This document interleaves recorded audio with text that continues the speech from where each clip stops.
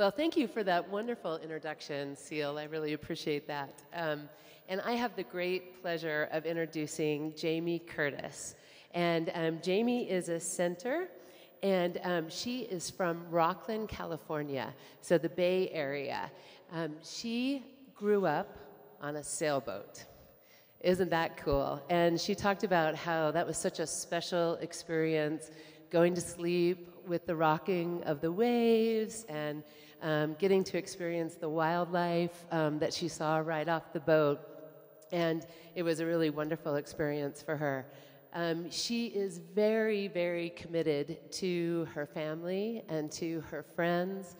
She talked a lot about how her father is her rock, and she has really gone to him and counted on him for support. She talked about how her mother has been so committed to supporting them, and she worked so hard and just has been a role model for her.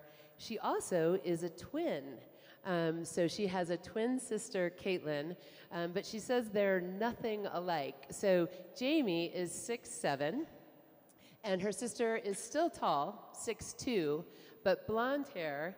And Jaimie is very committed to her sports and loves basketball. And she says her sister just doesn't really like to break a sweat. So, different in their looks and in what they like to do.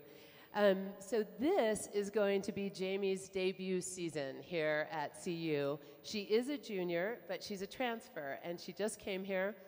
She was going to Sierra College in the Northern California area, and was picked up by a recruiter and plucked here without ever coming to Colorado before. She had never even seen it. And she got here, and she was so excited last Monday morning to see snow coming out of the sky. It was the very first time she'd ever seen the snow falling. So she said it was a really special time, and she's looking forward. She likes to be cold, much rather be cold than hot, so I think the winter's going to go pretty well for her here.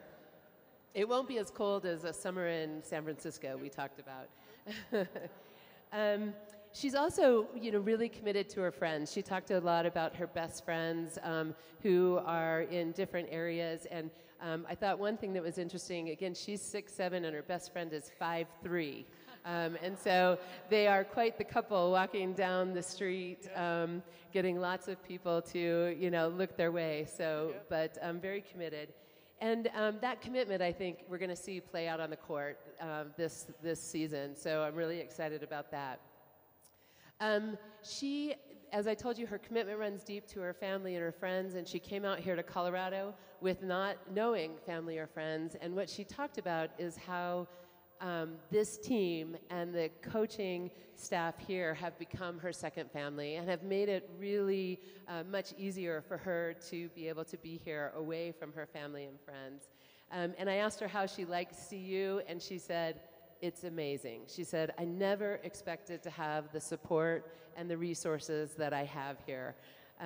She is a sociology major, and she got an associate's degree at Sierra College in criminal justice. And she wants to be a parole officer when she graduates. And that is also indicative of how big her heart is. And I asked her, well, why do you want to be a parole officer? And she said, that I want to be the light and the hope that these people will have for a new future in their life. So that just, isn't that awesome? Yeah. Really awesome, and just such a big heart. She loves to volunteer. She talked about going to the Children's Hospital when she was at Sierra College and painting pumpkins for the kids. And she talked about how she so enjoyed the girls' basketball camp this summer, and that was such a fun experience. And in her spare time, and what she likes to do is she's a makeup artist. So, team, if you're going to go out on the town, hit her up. She's got some skills in the makeup area. Or any of your other party animals out there. Or anybody that needs a new look. So, and she takes both that commitment and that big heart into her artistry, not only with the makeup that she does, but she also told me about some of the tattoos that she has. She has 7, but they're all really, really meaningful, and they all speak to her love and her commitment to her family. Her grandmother loved elephants, and she loved elephants, and her grandma is passed, and so she's got an elephant to remember her.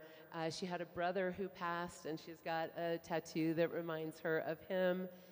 And then her favorite ones are on her wrists that say, "Know your worth, and everything happens for a reason." And so those are some of her guiding principles. Yeah. So she is just a delight. We are so lucky to have her at CU, and we're so excited to see you on the court.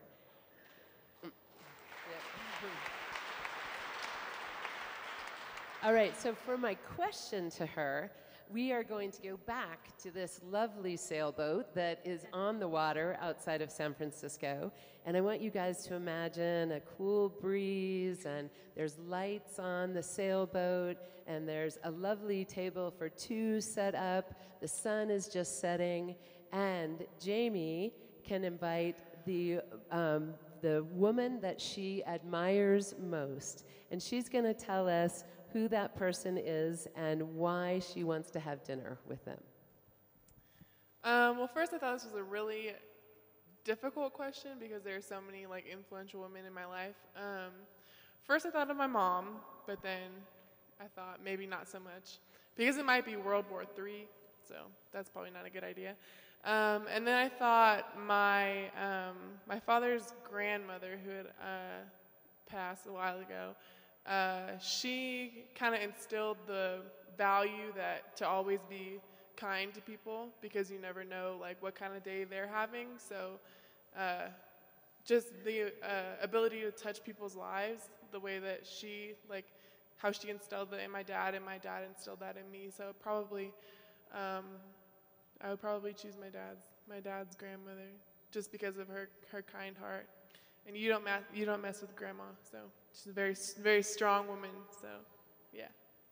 And then I just wanted to thank you. I loved our conversation. I had so much fun. And thank everybody for taking the time out of their night to come and hang out with us. And yeah, go Buffs. Go Buffs. Go Buffs.